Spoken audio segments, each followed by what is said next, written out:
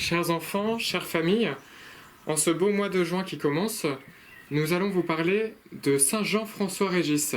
Alors si vous regardez sur votre calendrier, eh bien nous le fêtons en ce mois de juin et ça sera le 16 juin que nous fêterons ce grand saint. Alors peut-être que parmi vous, peu d'entre vous le connaissent, eh bien c'est l'occasion de le découvrir et d'apprendre à l'aimer et ainsi d'apprendre aussi à aimer les pauvres, à aimer Jésus, parce qu'il les a aimés particulièrement.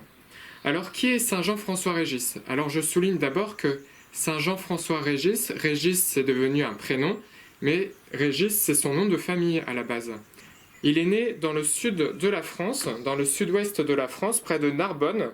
Alors, je vous ai fait un hexagone pour délimiter les frontières de la France, et Narbonne, c'est au sud-ouest de la France.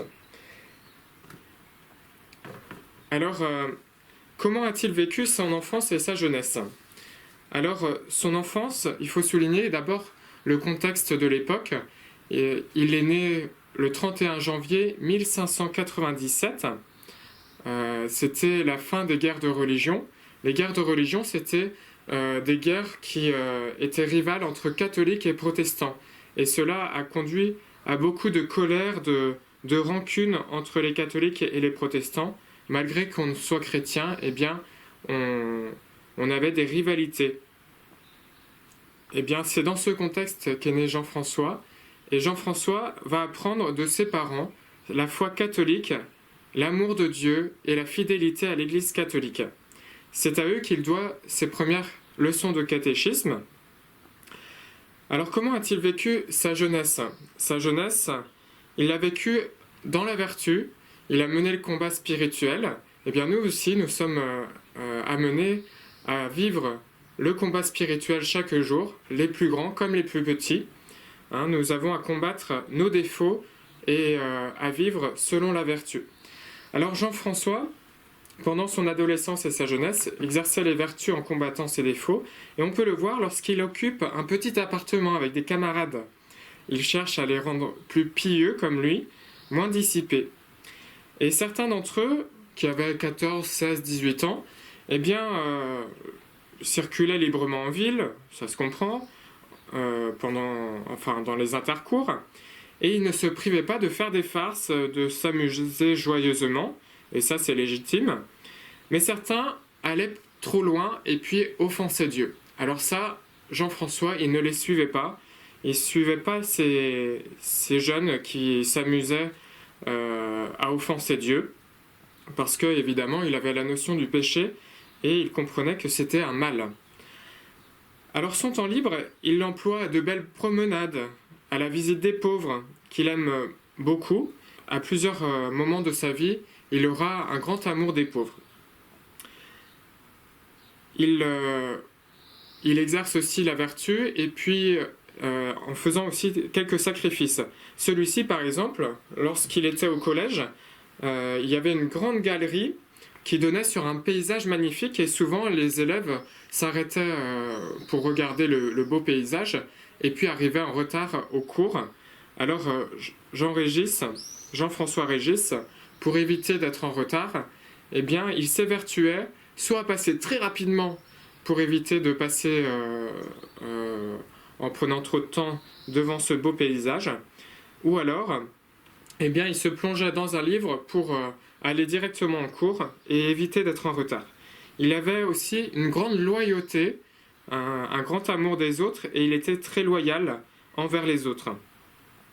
Alors, qu'est-il devenu, Jean-François? Eh bien, il est devenu jésuite.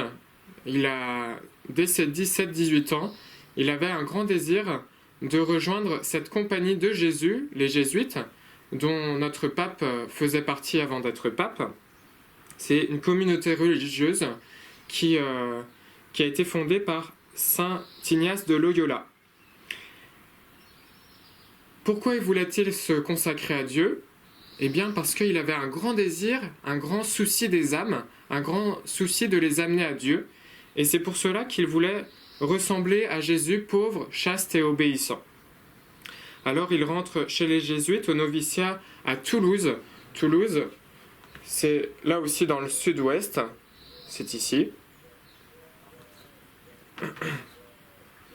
Lors de son noviciat, il a été conduit avec ses autres confrères à visiter un hôpital. Et là aussi, on va voir qu'il aimait beaucoup les pauvres, les plus démunis, les plus délaissés, les malades.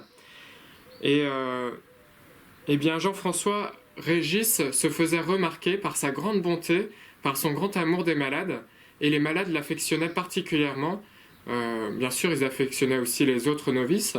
Mais lorsque Jean-François Régis venait les visiter, eh bien, il y avait un grand désir de le revoir parce qu'il avait une grande bonté pour eux. C'est pour ça qu'on l'appelle aussi le saint, le bon père des pauvres, parce qu'au cours de sa vie de religieux, il aura une affection particulière pour les pauvres. Lorsqu'il est devenu religieux, il n'a pas été envoyé au Canada comme il l'aurait voulu, pour être missionnaire au Canada, mais son Canada, eh bien, ses supérieurs voulaient que ça soit l'Ardèche, le Vivarais. Donc c'est la région, le département de l'Ardèche, dans lequel il va exercer sa mission, et notamment il exercera aussi sa mission au Puy-en-Velay. Alors le Puy-en-Velay, je pense que vous connaissez un tout petit peu le Puy, notamment pour Notre-Dame de France. Notre-Dame de France, c'est cette grande statue qui surplombe la ville. Alors elle n'existait pas au temps de Jean-François Régis, mais il existait déjà la statue, la Vierge Noire du Puy, et Jean-François Régis, comme il a été nommé une fois religieux au Puy-en-Velay pour exercer sa mission, eh bien, il a beaucoup aimé la Sainte Vierge et il l'a fait aimer aussi des autres. Alors, comme je le disais, il sera aussi missionnaire en Ardèche, et malgré son grand désir de rejoindre le Canada qui était un pays très lointain, où il y avait beaucoup de missionnaires jésuites qui s'y rendaient et qui mouraient martyrs, et bien malgré son grand désir, ses supérieurs voulaient que Jean-François Régis puisse exercer sa mission en France, et il a vécu, on peut dire, l'obéissance en acceptant cela. Et donc, il a exercé sa mission auprès des Français, notamment au Puy et en Ardèche. Alors, justement, au Puy, il a exercé notamment sa mission auprès des plus pauvres, en prêchant, en enseignant le nom de Jésus, en enseignant l'Évangile. Et il a beaucoup affectionné les plus pauvres. Notamment, on le voit lorsque... il a pris le soin de défendre les dentelières. Les dentelières, c'est celles qui font de la dentelle. Et à l'époque où nous sommes sous les royaumes d'Henri IV et de Louis XIII, et Louis XIV aussi. Louis XIV voulait bannir les dentelles puisque ça coûtait très cher au royaume, et beaucoup en portaient sur soi, mais ça coûtait très cher. Et donc, il a pris soin de défendre les dentelières afin qu'elles aient toujours du travail et qu'elles puissent nourrir leur famille. Et on le voit aussi une fois à Toulouse, lors de la peste à Toulouse, eh bien, ceux qui avaient la peste étaient mis de côté. Et donc, Jean-François Régis prenait soin d'aller auprès d'eux, de les soigner. Et puis, lorsqu'il a découvert, par exemple, qu'un pauvre n'avait pas le soin de dormir sur un lit, eh bien, il a été chercher un matelas, il a traversé la ville avec son matelas sur le dos, et il l'a emmené auprès de ce malade. Alors, il a reçu beaucoup de moqueries de ceux qui le voyaient avec ce matelas dans la rue, mais il le faisait par amour de Jésus, par amour des plus pauvres.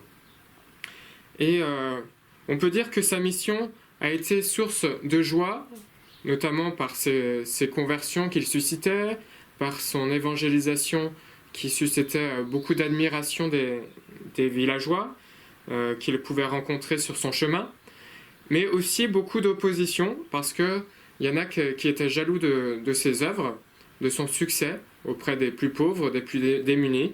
Et donc, il a été, on peut dire, qu'il a été sur la croix, comme Jésus, qui porte sa croix pour toutes ses brebis. Eh bien, Jean-François Régis a porté sa croix aussi, en offrant toutes ses souffrances physiques aussi, mais aussi morales, qu'il avait à subir. Alors il a été un grand missionnaire, comme je le disais tout à l'heure, en Ardèche. Et c'était pas facile parce que au Puy, il exerçait au Puy sa mission lors de l'été, et en Ardèche, il exerçait sa mission surtout en automne et en hiver, là où il y avait beaucoup de neige, et il était sûr au moins de trouver les plus pauvres, les paysans, chez eux, parce que ils ne pouvaient pas travailler dans les champs lorsqu'il y avait de la neige. Alors c'était une rude mission, puisqu'il parcourait des villes et puis des villages, il parcourait la montagne aussi à pied. Il faisait beaucoup de kilomètres à pied, donc à la fois c'est physique, et puis il y avait la neige qui faisait obstacle, le froid, l'humidité. Il dormait très peu. On dit que certaines fois il dormait que 3 heures par nuit. Imaginez. Alors pourquoi il dormait que 3 heures par nuit? Parce que Jean-François Régis prenait soin, après ces longues heures avec les personnes, d'aller prier le Seigneur, de prendre du temps pour le Seigneur, pour se ressourcer, pour recharger ses batteries, on peut dire, et d'annoncer ensuite l'Évangile. Alors, il est mort avec une grande sainteté. Dieu juge à présent que la mission terrestre de Régis est terminée. À peine 44 ans, le saint a été très vite au ciel. Lui qui était si robuste et qui semblait taillé pour vivre fort longtemps, il s'est tant dévoué au service de ses frères qu'il est mort d'épuisement à Noël 1640, pardon.